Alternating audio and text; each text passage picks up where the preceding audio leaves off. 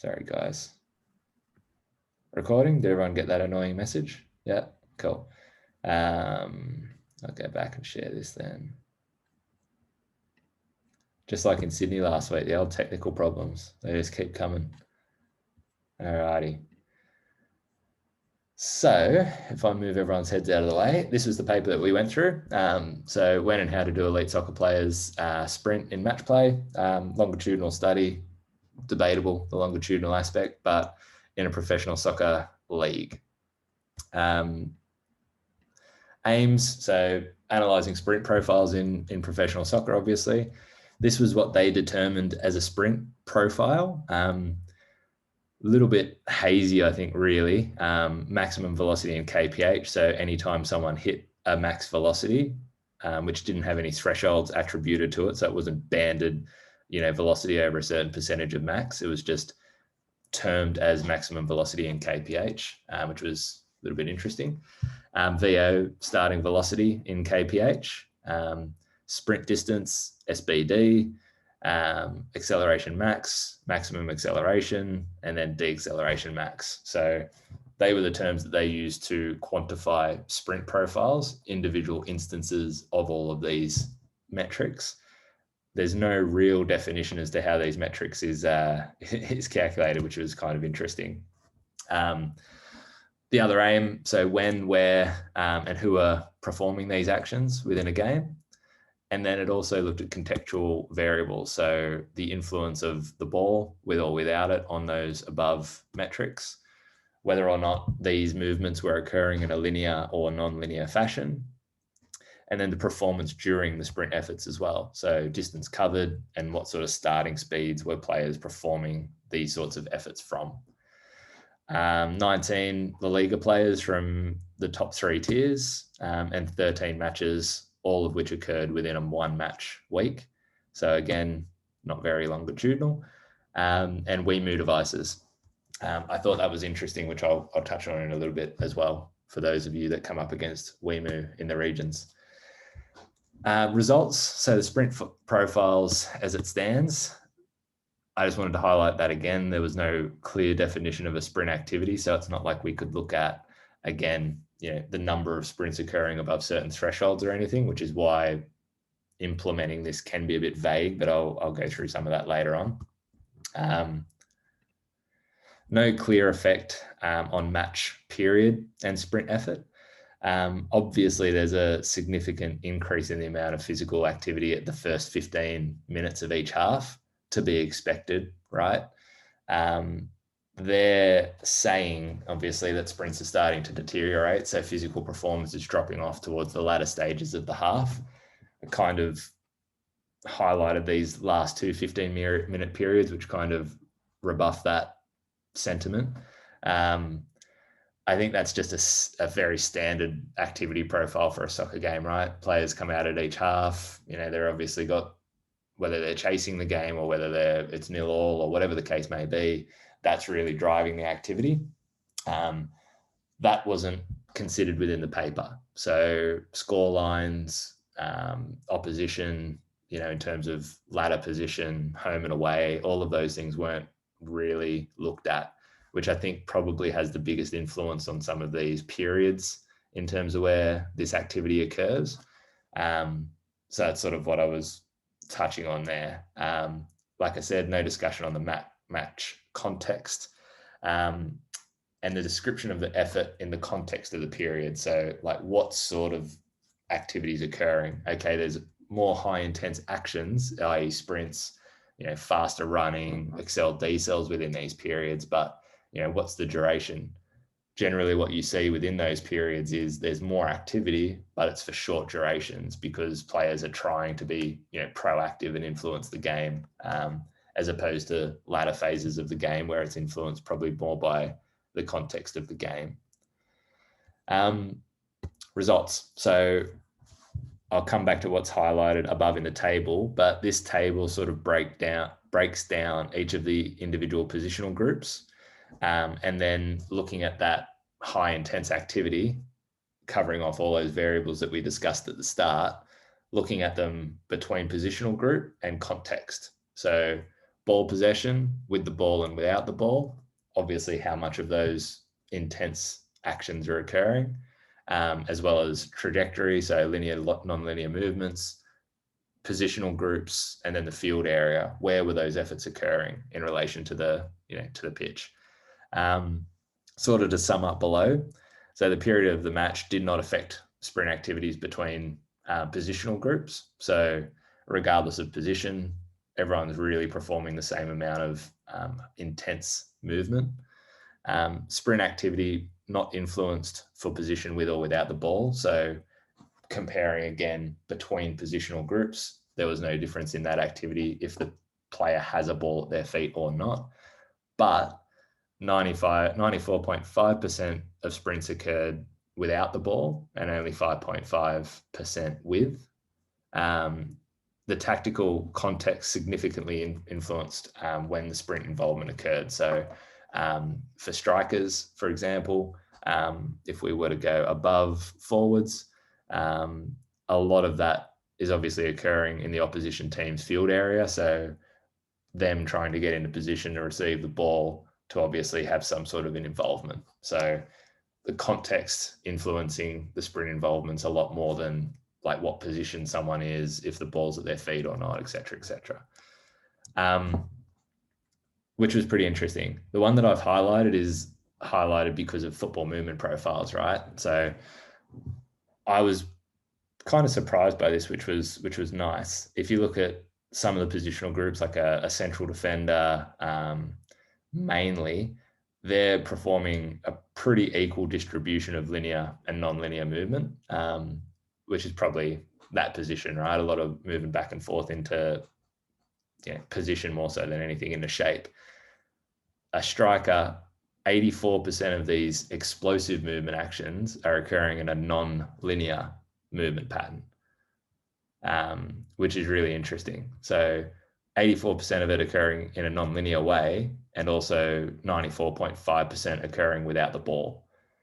I would endeavour to suggest that the majority of clubs would not be exposing players to those dynamic, high intense movements without the ball when they're in training. So that might be a pretty important consideration. But yeah, just looking at that across the board, right? A lot of non-linear movement, but in that high intense action. So one of the problems, I think, when we've looked at football movement profiles in the past is that the distribution of linear and non-linear movement is so skewed towards linear.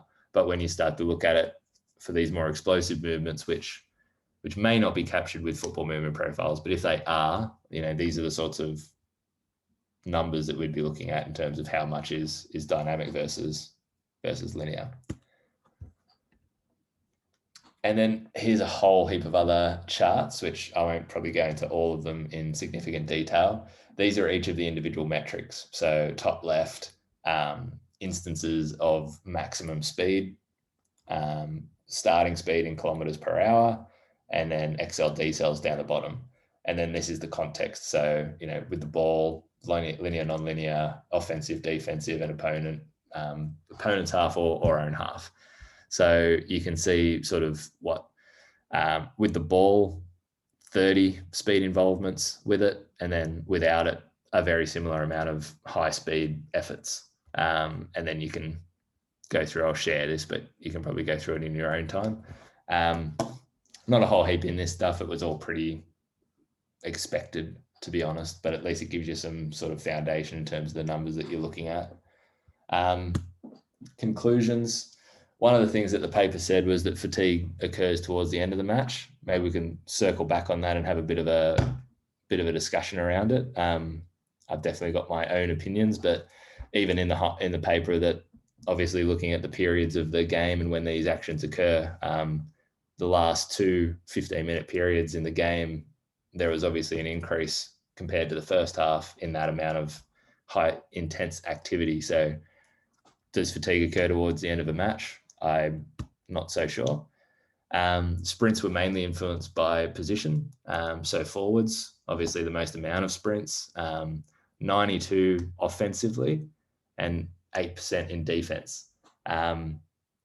I think that's probably a reflection of the league that this study was investigating in, how do I say this delicately, in parts of Europe or parts of South America, I should say.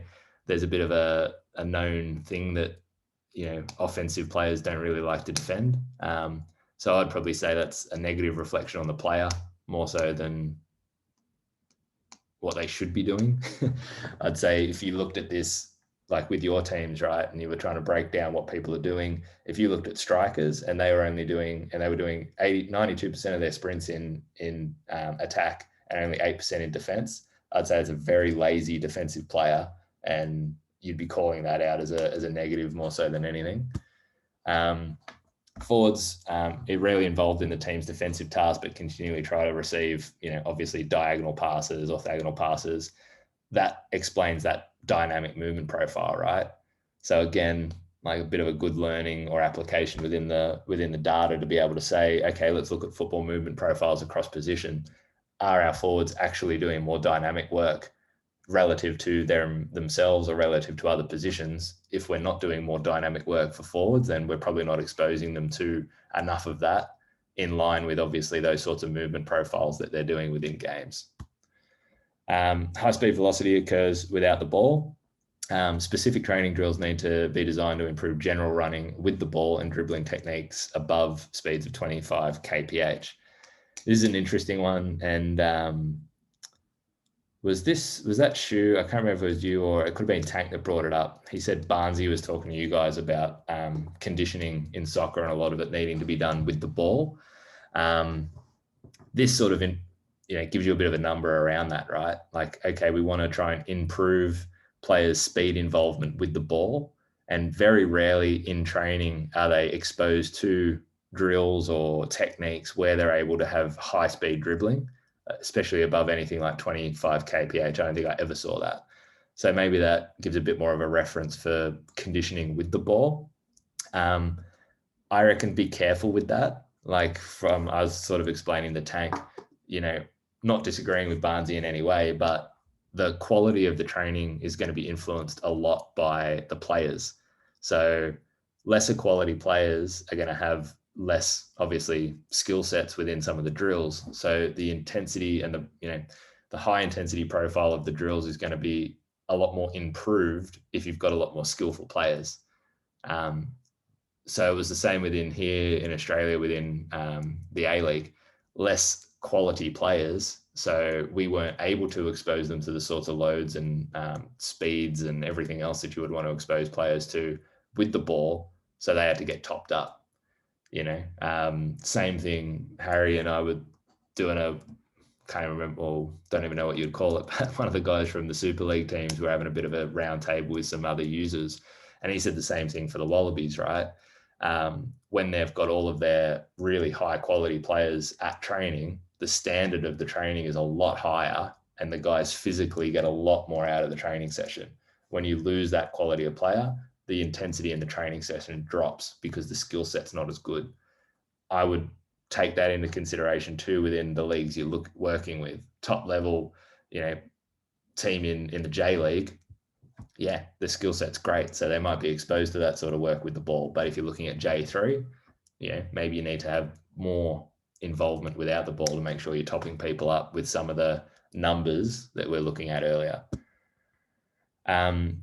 This was another good one too. So players should be prepared for sprints longer than 30 meters, achieving speeds above 30 kph, as well as high intensity accel decels, etc. Another good thing within the software, right? You guys know that, like, if we look at sprint effort distance, whatever the parameter is in open field, but we can actually set this up, right? So to look at exposures where players have gone above 30 kph and they've done that for distances longer than 30 meters. I find it interesting that that's a recommendation in here when WeMu, who they actually use to do this study, aren't actually able to provide that as a metric.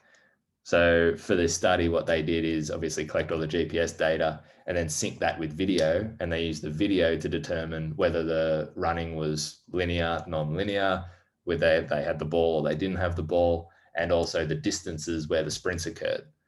So yeah, basically a recommendation for this, make sure you're exposing players to sprints that are above 30 meters and they're obviously exceeding that decel XL profile as well to best prepare them for the movement demands in the game. So if you're competing against Wemu, I'd be highlighting those two things as something we already offer soccer compared to a competitor, which is what they're actually suggesting people should look at. Sprinting actions need to be started from as well a threshold like 7 to 10 kph. This one was pretty interesting. So looking at all the movements out of those, high intense actions again from the start, all of those sprinting actions in terms of when a player reached their top kph, they were all starting from 7 to 10 kilometers per hour, which was pretty interesting too. So if you go and see a team training, soccer's 100% a classic for it. If people are doing 6-yard sprints or 50-meter run-throughs or everything, they all start from 0. So again, this paper saying, well, you need to start those sprint actions from a dynamic state, i.e. 7 to 10 kilometers per hour, and then reach top speed in order to best prepare players for the specific movement patterns that they're doing in game, which I thought was pretty interesting too. That's me. Short and sweet. Any questions about that stuff? Yeah, just one question from me. Can you just go back to one page before for the conclusion? Sorry, conclusion one. Oh, yeah. Last page you showed us, yeah. And so in this paper it shows the 5th point. The players should be prepared for sprints longer than 30 meters and achieving speeds of about 30 kilometers per hour, which they are using absolute values, I guess, where I think, do we think because some players could be like their max velocity could be less than 30 kilometers per hour depending on their physical ability, right? So would we say, because we say it would be better, or maybe like not better or worse, but it'd be a good idea to use relative values rather than absolute value here, like 100%. Saying 95% or something. Absolutely. I'd probably be looking at occurrences above 90%. Like that's where there's like some of the things in here are interesting in the paper, but some of that methodology around what's a high speed involvement, I think aren't great. And it's a perfect example. You're spot on. Like, well, 30, why 30?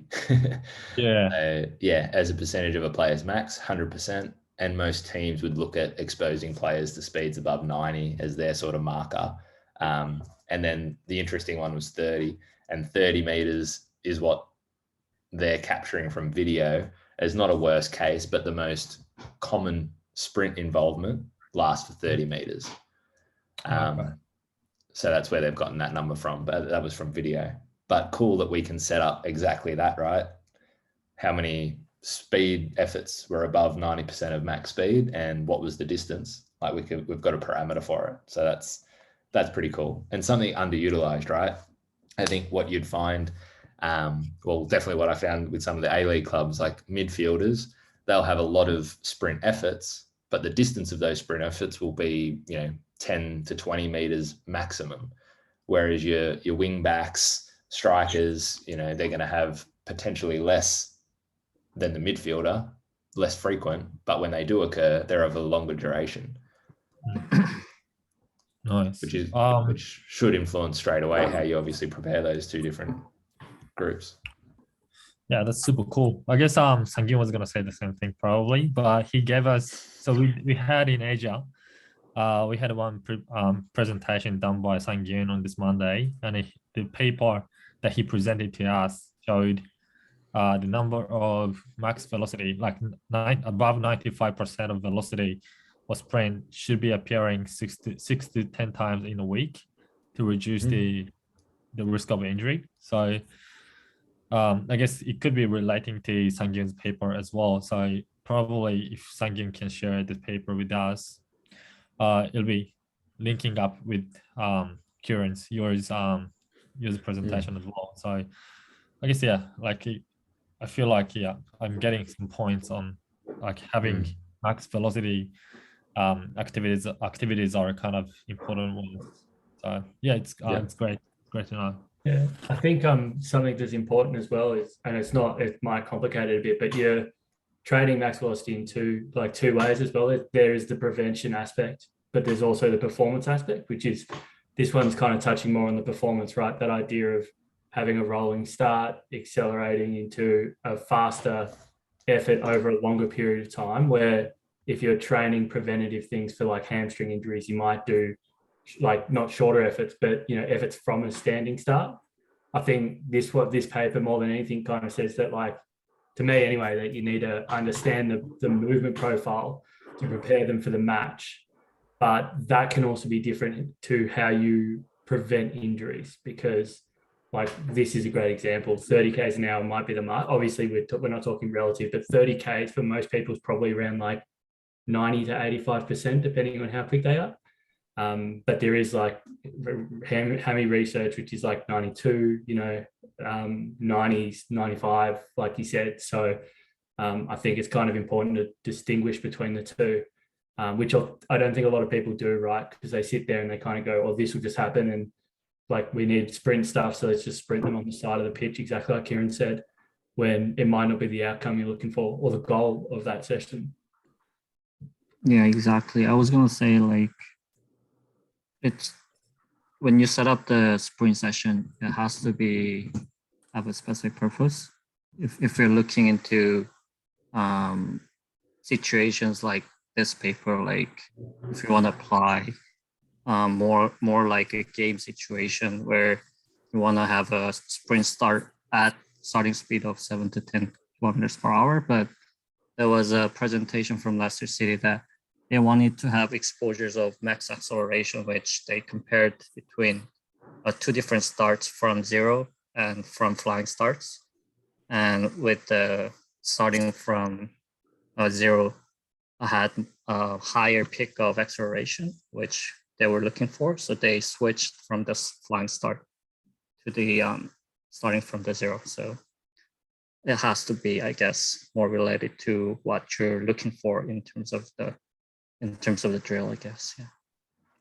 Yeah, 100% good points. Like you guys are bang on. Like for this stuff, it's more about game preparedness, where you'd be looking at like a lot of the things that these guys are talking about in the context of like 11v11s or anything that's match sim.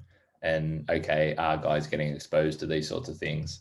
And what you're talking about with like a standing start versus a flying start, 100% is going to be more, they're going to need more time to recover from those sorts of movements. So yeah, whereas these things are just standard things that would occur within a game. So more so, are they prepared for those demands within game, as opposed to, like you guys are saying, injury prevention, which is probably something that is more detrimental to, not to performance, but you just need time to recover after those sorts of events. Also on the distance covered above those threshold, the parameter we have, if we're only looking at that to design 30-meter sprint session, I think in terms of, we have to consider those acceleration part of the distances. If we're thinking, if we want the players to run 30 meters with above 30 kilometers per hour, the distance will be a little bit longer, I guess, right? If we're setting up the session. Yeah, I'd imagine so. I wouldn't take all of these as like gospel. Absolutely. Yeah. I think these are it's just good. Like, it's just more thought provoking to be like, yeah, shit, with the ball, the guys actually don't dribble to a very high velocity. So when that does occur, like, if you haven't been exposed to it, how the hell are they going to do it, first of all? And part of the reason for that sort of thing was for me to put in, just to spark some of that conversation, like top, football teams, they're probably going to have players that are exposing themselves to some of those sorts of movements, where I could guarantee you a player in the A-League in Australia, they're not going to dribble 25 kilometers with the ball. They just won't get into that sort of space anyway. So yeah, maybe a different leagues are going to have different things for this, but I think it was more so, well, are we preparing players for those sorts of demands with the ball? And then if they're not getting topped up enough with some of these other things within a training session, when the ball's at their feet, do they need to do things without the ball at their feet to make sure they're exposed to the certain things that need to be, the sorts of actions that need to be performed, including, like Files was talking about, from an injury prevention perspective or just from general conditioning. But yeah, some of it was like the forward stuff and just the different profiles and some of that linear, non-linear stuff I think is pretty interesting, especially, you know, how it obviously applies to high intense movement. And then again, maybe just as a way to, make more sense of football movement profiles and a potential way we could use it. But yeah. When we say linear running, is it just like pure straight line or okay? This was, they're definitely a bit of carving and anything dynamic. Their definition was curved versus straight, basically, which is like that forward example with running on a diag to get a ball that's been crossed or whatever. Which, when you think about a football game, it's true. Like, not a lot of those movements are occurring in a straight line. There's obstacles in the way, like other people. So, okay, cool. Which was always Paul Balsam's problem with this stuff, right? The fact that, which is fair, a lot of the time the guys aren't moving in a straight line. It's kind of impossible. So, cool. All righty. Might hand over to our mate Gaz. I should have gone first. That's going to be tough to follow, Kieran. Nah, I think I reckon you got something good up your sleeve. I don't know about that. I've got a slightly different approach. So I probably haven't really spoken to many guys outside of the APAC office too often, but predominantly the sports I work with outside of rugby union are basketball and netball. So they're indoor based. So I guess the limitations that I have and what I guess teams can do with it is probably slightly more restricted in terms of the outdoor-based sports. So I guess as I've got to know clients in the last couple of months, where most of them kind of sit within the APAC region is they're, especially across basketball, they're looking at a lot of similar metrics and they're probably utilising the extent of the IMA-based stuff, as pretty much none of them have access, apart from two, to Clear Sky. And even then, that's quite limited in terms of when they actually can use it. So what I've instead done, I've done something a little bit different to Kieran. I've actually looked at, I guess I've tried to take a concept on something that could potentially be introduced to clients and looked at a few, I guess, papers and how that, whether there is, I guess, a bit of validity in being able to actually roll this out. So I guess what I've tried to do here is look at some stuff around a concept called summated heart rate zones. So if we kind of get into it, summated heart rate zones is pretty similar to, I guess, some work done by Bannister, which is TRIN, which is training impulse. But this one was first developed by a guy called Edwards back in 1993. And it's a little bit similar, but it varies slightly in that it basically calculates, it takes relative percentages of heart rate max and associates a weighting factor in kind of a linear fashion. And you basically multiply the time spent in each of those bands by the weighting factor. So basically that's the equation there. So it's essentially zone 1 through to zone 5. And zone 1 starts at 50% of your heart rate max. So they're basically excluding anything below 50% and going from there through 5 zones up to 100% of your heart rate. And yeah, as you can see, you're basically just multiplying each one by 1 through to 5. I guess using heart rate data has, in a lot of previous research, been shown to be a valid and reliable measure for the exercise intensity. And it's usually a pretty practically viable option for teams. Most teams do capture heart rate to some extent, whether it's in training or in off season and those types of things. So heart rate use is pretty valid.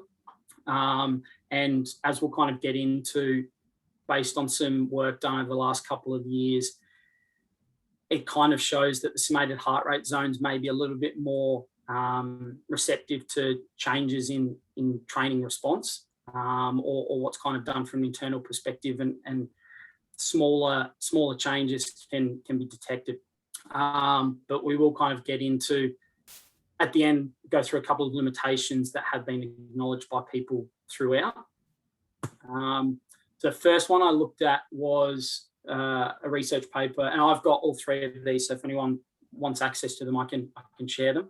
And it was basically just looking at comparing the relationship between internal and external training loads during basketball training. So the way that they defined it was that external training load was captured by an accelerometer data. Now, it wasn't a GPS accelerometer, it was an actual 4-triaxial accelerometer that was placed just below the scapula in the middle, and it was basically strapped to board. And then they defined internal training load. So they looked at 3 different, I guess, variations. So standard one being a 1 to 10 RPE scale, Bannister's TRIMP, and then Edwards' summated heart rate zone models. Heart rate data was captured in this specific instance by Polar Team 2 monitors, and they first got the maximum heart rate by running a yo-yo intermittent recovery test before the start of the study. So they did it with basically a semi-professional team here in Australia, in Queensland, and there were 44 sessions included across the 8 athletes over a period of time in the general and specific prep phase, so kind of before they kind of really get into the season. And they only included sessions if an athlete completed the entire session. So they excluded anywhere they pulled out halfway through, or if they were in modified training. So across the 3 different internal training load modalities, they basically found significant, small but significant, moderate to large relationships between. However, they identified that basically whilst there was a relationship between, there was enough of a variance to basically indicate that the two are not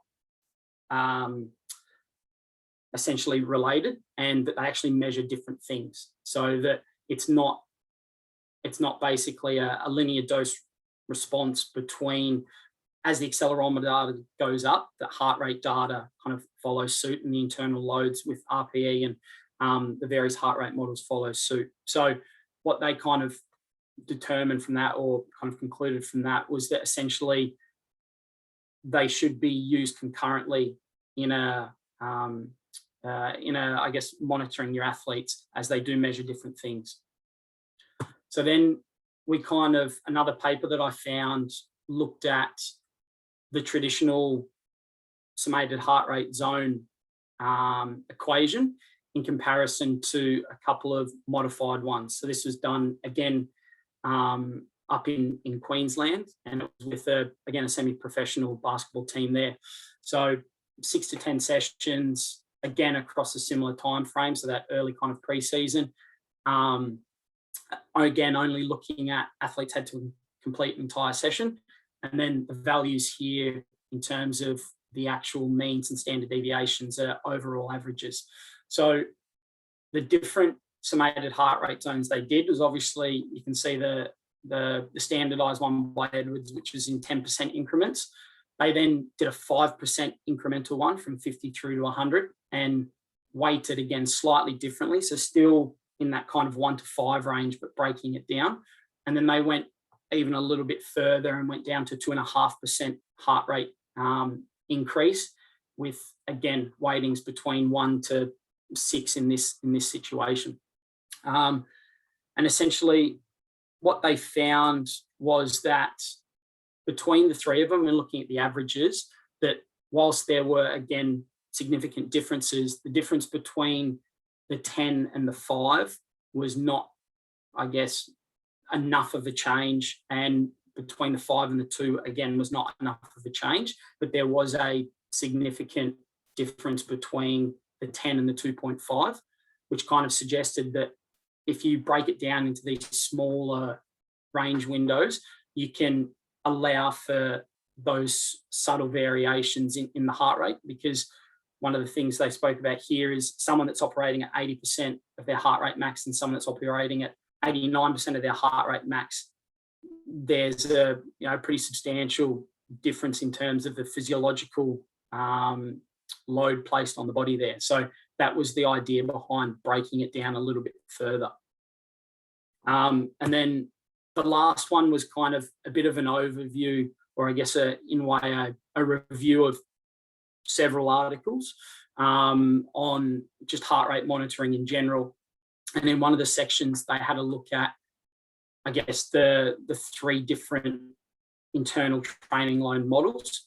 And they found that across the review of the literature that the Edwards, kind of as we showed above, the Edwards one was better able to detect sensitivity changes across microcycles, so smaller ranges. And it was likely due to a greater number of zones in comparison to Bannister and even the standardized one. And another study basically demonstrated, which kind of goes against some of the stuff in the first one, just a strong relationship between external load from accelerometers and the summated heart rate zones compared to Bannister's trim. So as the kind of load increased, so did the heart rate. But they did acknowledge, obviously, the limitation of large banding zones around being able to detect those changes. And so then I guess the reasoning behind that was better thinking about, okay, well, how can we look to roll this out? A few of these articles were actually done by an associate professor who's involved with one of the basketball teams here that I will be speaking with next week. But I guess it's just this idea of, after speaking with clients a little bit, they're looking for new ways to better monitor and understand the athlete demands where they are limited. So I guess using heart rate as another way of being able to quantify the demands in a sport like basketball and netball, where it's indoor, and the movement profiles of these athletes is probably quite different to your traditional field-based sports, where you've got a lot more open running and acceleration. In a sport like basketball, there's a lot of shuffling and very small micro movements, as well as a lot of isometric work. So where you're grappling with an opposition player underneath the boards and those types of things. So it's about, whilst the unit will say that they're not doing much movement, obviously there's a physiological response to the demands of these athletes. So again, it's just about obviously being able to find new ways that they can quantify those and compare it within training to games. And so then basically all I did was actually just had to play around with creating a calculation of summated heart rate zones within the demo account using some of my own data, and just basically generating a load value, splitting up based on the heart rate bands, and then I guess something very simply just around comparing what an athlete does within a game compared to, their overall match average. And you can see in training as a way of, because obviously teams a lot talk about wanting to have periods of time where they match training intensity with game intensity. So then being able to utilize that just as another way, rather than at the moment, everything is basically player load per minute, which I guess, like meterage per minute, has its limitations in being able to compare the two. So that was basically what I did. It's a little bit different to Kieran. Different is always better, mate. Nice. Liked it. Questions? Yeah, does anyone have any? Does anyone work with any indoor sports here? No, cool. I'm on my own. We've had few basketball teams before, like a couple of years ago, but we because we didn't have any users that can use our devices, because they only have like trainers and don't have like SNC coach or anything like that. So that was a limitation that they couldn't continue using it. But yeah, it's interesting. And when you use the 8 zones, how did you set up the weighting factor and all that? Yeah, so I only went with, in the end, I used just the calculation I built out is just this Edwards one, so just the 5 zones. So I used 6. I had 6 in that the 0 to 50 was one. But I guess if you were using something like this, obviously you probably start at 50, and then if you're going across 8 up to 100, you're kind of roughly looking at probably about 8% increments, which again, is probably, as you would show, is probably not quite enough of a change to look at smaller variations. But it could be something that elicits a conversation with the teams, because obviously if they're using integrated heart rate vests, like for example with basketball here we're trying to do, or they've got the heart rate monitors, then obviously the units can still capture that. So yeah, I guess we are limited a little bit by only being able to have 8 bands, which is probably not enough. But I guess as a start, it's a point of difference to probably what they're currently doing. What's the appetite like for heart rate in the regions? Like Japan was always big on it. Shoot. But Just using heart rate in general. oh yeah, they really like using heart rate and stuff, and I guess they're just only checking the max heart rate, and some of the users are definitely checking trimp. But I was wondering, I think Harry, you went over about the differences between the estimated heart rate zones and trimp. Yep. But what was, sorry, I think I missed that one. I missed that one out. But what was the clear differences between those? Basically, one of the, I guess the trimp model takes into consideration other metrics outside of just basically heart rate max. Like you have to determine a heart rate rest as well. So there's, what they're kind of saying is, from a practicality standpoint, the kind of summated heart rate zone is a lot easier to replicate and use. Plus also, I guess the idea of differentiating between different heart rate zones and applying a weighting factor depending on where they are. So it's kind of like, yeah, as you're working harder, you're applying more of a weighting to being in that zone for a period of time. Cool. Thanks for that. Yeah, definitely. Yeah, like our users are looking at heart rate data, but I guess they're not using them like very effectively. So Yeah. This one would be very interesting to our users to keep monitoring, I guess. Yeah. So thanks for sharing that one. Not a problem. See Felicia just trying to work out how to explain this to Jorge or someone. Yeah, pretty much. I mean, yeah, heart rate's pretty big because every single time like heart rate bands can connect, it's always like a big issue in my region. But at least like, I mean, to be honest, like it's kind of same with what Shuai said, like they're only looking at heart rate max and it's more just like player coach accountability, but it's not really like, used to measure internal load and to measure some sort of load. I don't currently work with any indoor sports, but this is really interesting because basketball is super, super huge in the Philippines and we don't really have one basketball client. So just, to be able to like give examples like this of, how you can monitor load within, our system and things like that, I think will start to gain more traction. But yeah, I guess like my question is like with a percentage of the heart rate maxes, like that's like player specific, right? So at the start, you really need to have some sort of baseline to what their heart rate max is, correct? Yeah, correct. Yeah. So, I mean, yeah, in a couple of the situations, they actually ran a maximal test.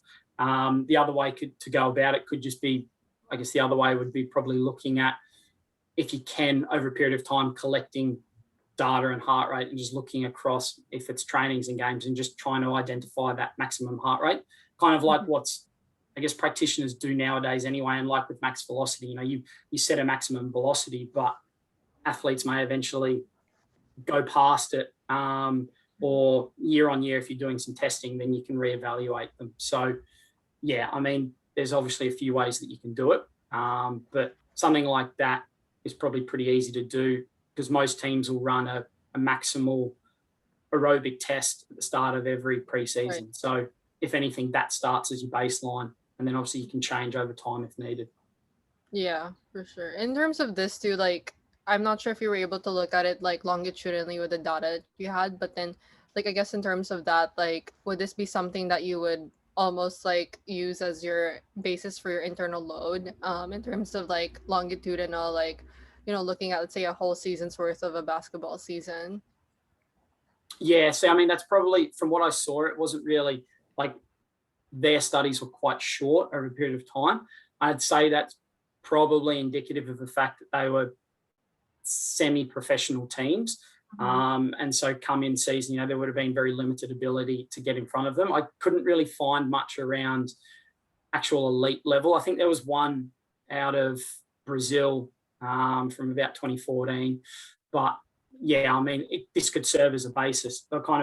What I kind of gathered out of it is you use this in conjunction with any external load stuff that you're doing. So it works the exact same way in that if you're looking at distance over time, like longitudinally across the course of a season, seeing how it tracks, or player load in general over time, then you've got those internal measures as well to kind of back up. Because just because someone's got a high distance doesn't mean they've worked very hard. And similarly, if someone's only been working, it might have been a shorter, sharper session, but it was very intense. Well, then you've got those kind of those response values to kind of back up what the purpose of the session was.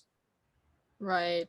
So would you say then, if this is like the base for internal load, what would be the, I guess, best measure if you only had, let's say you didn't have like clear sky or anything like that for basketball? Like, what would be the thing that you'd pair this up with for external load? Would it be player load? Would it be what would you pair it up with? Yeah, it'd probably be player load, or potentially player load per minute, because I guess that's an intensity metric as well, and that's traditionally what teams here use as their, for basketball. Yeah, they'll use that as, okay, when we're playing at game intensity, you're looking at roughly 10 to 14 player load per minute. So when we're doing game-specific drills or drills that want to match game intensity, we want to try and get kind of up to that standard or that those values. So yeah, it'd be player load or player load per minute would be the main two.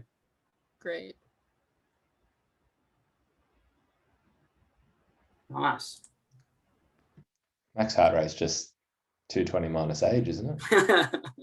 Yeah, basically. Or as I found out at uni, 206 minus 0.7 times your age or something is meant to be slightly different. Lovely. No other questions? All good? Just one question. I guess this is something very like general, but what would high internal load cause to players? So Cool. yeah, what would it So cause? Like, yeah, like does it cause to like less decision makings, or what causes? Yeah. I mean, one of the main uses of heart rate is looking at kind of like overtraining and fatigue. So if you're doing submaximal exercises, and I've seen it in the past and teams do it, you can run like submaximal tests. And if you're running them and someone's got a much higher heart rate, then that can usually indicate fatigue. So it's just about understanding what the athlete is feeling, I guess, physiologically, to help, I guess, drive that conversation around, are we kind of putting them through too much? Are we not putting them through enough? Like if they're never getting to high heart rate, well, then you're just not getting enough out of them. And similar thing, if you've got too much time at a high heart rate, well, then they're probably more likely to get to that stage over time of being fatigued continuously or kind of overtraining. Cool. I think there's also conditioning outcomes as well, right? Like Yeah. One of the things Harry touched on, which is a great point, right? Is some of the hardest things in basketball are like effectively isometric. They're not moving. There'll be a wrestle in rugby and rugby league, right? It's like when you're on top and you're trying to dominate a tackle, or you're scrummaging. Not scrimmaging. So yeah, like obviously this is where that ties in heaps, I think, right? But also, again, like conditioning is one thing we used to do a lot, is make sure that we put people in a position that they're sort of under fatigue or high heart rate, and then do a skills drill in between. So when they're recovering, they've got this idea that they're fatigued, like acutely fatigued, and trying to make decisions. Because the idea is that when you're in a match, that's when you're going to probably make poor decisions, right? So it's some sort of like level of learning of how to how to like, make decisions when you're under fatigue. So I think heart rate's huge in that, and summated stuff, right? Like looking at what you've done in drills. I don't know if that answered, but it's a massive one, especially in soccer. Like you go and see a training session, and every soccer team, regardless of where they are in the world, do it the exact same way. They go through shape, and when they're doing their shape, the intensity of that is so low that players' heart rates are sitting around 60 beats per minute. And the game, very rarely does their heart rate drop below 80. Like it's just no specificity in it. And then the other one is internal load to a response, right? In terms of external load, when you are looking at that sort of stuff, you've got to make sure that if you're analyzing an internal response to that load or stimulus, that it's got to be standardized if you're going to be making decisions on it. I think, that's like, it's very hard to do it outside of like a lab environment, right? But if you did a yo-yo test on a 40-degree day, and then you did the same yo-yo test on a 20-degree day, like obviously the player's internal response is going to be very different. So it's not cause for alarm. It's just not a standardized test. That's all. I think something we used to do, which I really liked, right? Like we used to use Z scores, like all our stuff was just done individually based around Zs. And we used to plot straight after a session, heart rate exertion. So that's the like a trim versus high speed running. So in theory, like it's a loose idea, right? That everyone should basically be, when you start doing Z scores, between like -2 and 2, right? And their sort of high speed running should be proportional to their heart rate, typically in an open session. Like it's not great science, but it's just an identifier. So we'd sit there and you'd see a line and basically go through 0, be pretty relative to what people are doing. On hot days, you'd see it shift up because there'd be a higher heart rate response to the load. So it'd still be a pretty straight line, but everyone would just be a little bit higher.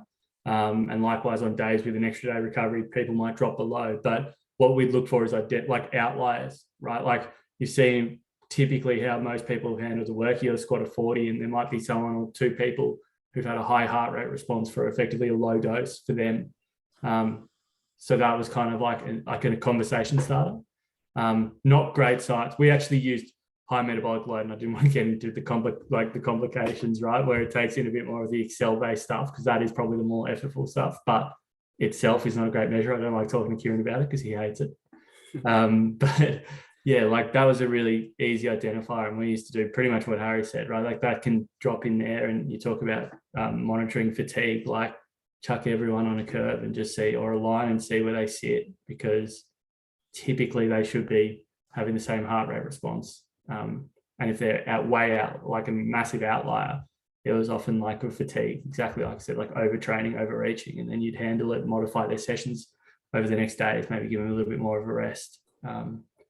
So that's probably one that we used, which would be really good with this. I really like that. It was in hours, just a couple of clicks of a button, took no time, and it was just good feedback immediately for post-session.